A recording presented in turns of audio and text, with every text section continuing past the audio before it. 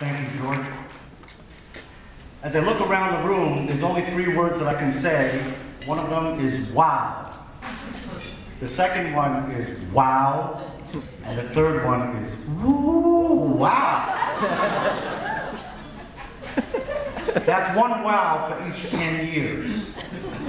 Now George, who's the professional among us, started NAAAP with me as a vehicle to give back to the Asian community and to see Asians advance personally and professionally.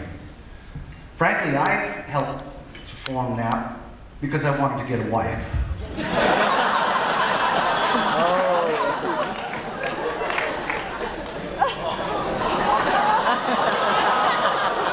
Needless to say, George has a very thriving ophthalmology practice and has mentored many people along the way. Me? Well, I'm here. It's good to see that as I look out around the room and all the good-looking men and women here, that my true motive still rings true today. So congratulations on who, on those the couple that got engaged.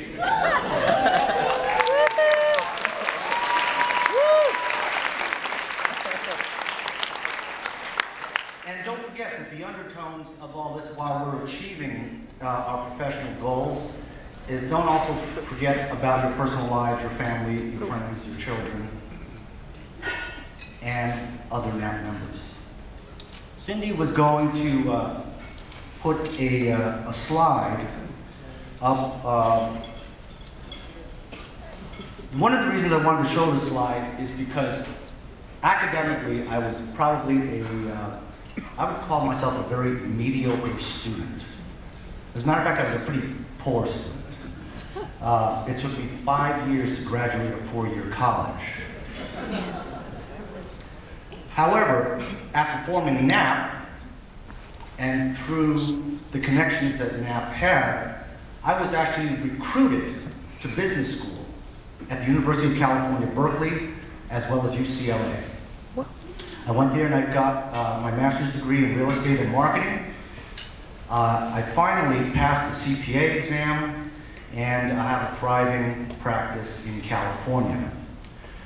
The picture to the right is a picture of the tenement building in Chinatown that my family and I lived in for probably 10 or 15 years. We shared 1 bathroom with 6 families. Wow. Let me say that again. 1 bathroom with 6 families. Hurry up was my, or Phai Di La, Phai Di La.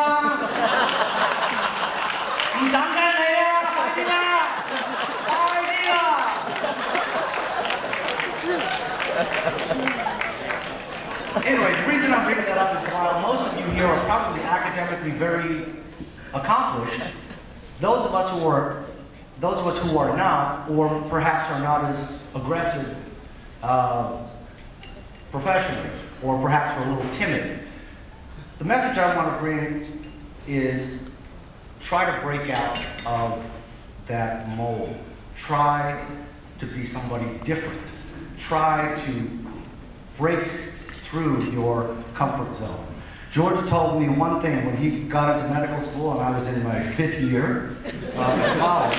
He said, Dan, and I asked him, I said, George, how did you get into Cornell Medical School? You were a lousy student like me, weren't you? And he said 2 things. He said, do it. He said, do it. And this is before Nike coined just do it. So I'm going to give George the credit for that. And as I kept hearing in my mind, do it, do it, do it, I kept thinking to myself, well, why not? Why not just fly to California? Why not go get a job? Why not go to business school? Why not do this, do this, do this? And as I was writing my speech today, I said, do it. Well, that kind of reminds me of Think and Grow Rich. I don't know if anybody, by a show of hands, knows Think and Grow Rich. It's a book written by Napoleon Hill, and it's essentially a story of all of the great or successful business people in the world and what they did to become successful. And do it was one of those things.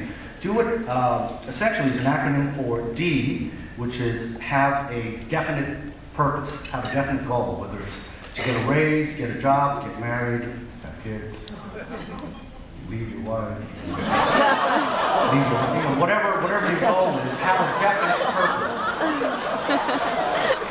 O is to overcome your fear of rejection and to be optimistic at everything you do. Speaking of that, and speaking of overcoming rejection, I've been rejected so many times tonight alone.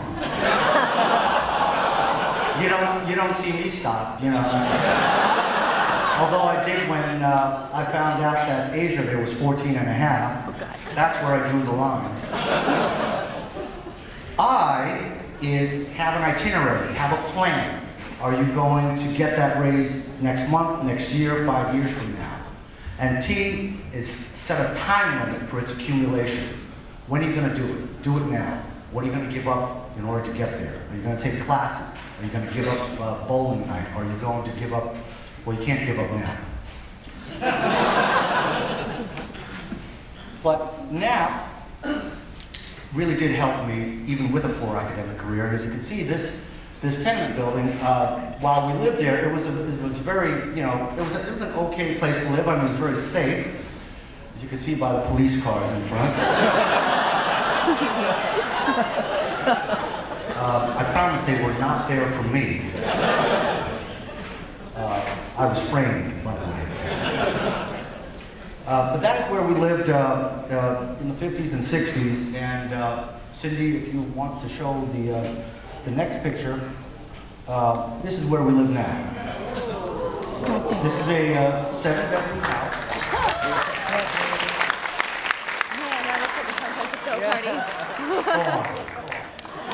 Go on. Because while I can't brag of an Ivy League education, I can brag that, wow, and I'm proud to say that Oak is about 10,000 square feet. It actually is actually too big, so I'm going to rent some of the rooms to some of the NAAAP conventions for the next meeting.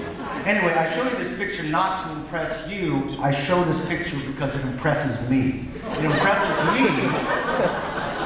I'm not kidding you. That is really impressive. I mean, if they ever did, if MTV Cribs ever comes back, I would like to get on it. But you know, MTV Cribs, they typically do stories about rappers and ball players and all the other things. I want them to do an MTV Cribs for children of immigrant parents who work their butts off and save money. You can do it. I've done it. I can do it. Maybe you can do it. And you don't have to be the next congressperson or the next Steve Jobs or the next anybody. You just have to be the best that you can be. And there's only 2 words that ring true time and time again, and that is just do it. Do it. Thank you, everybody.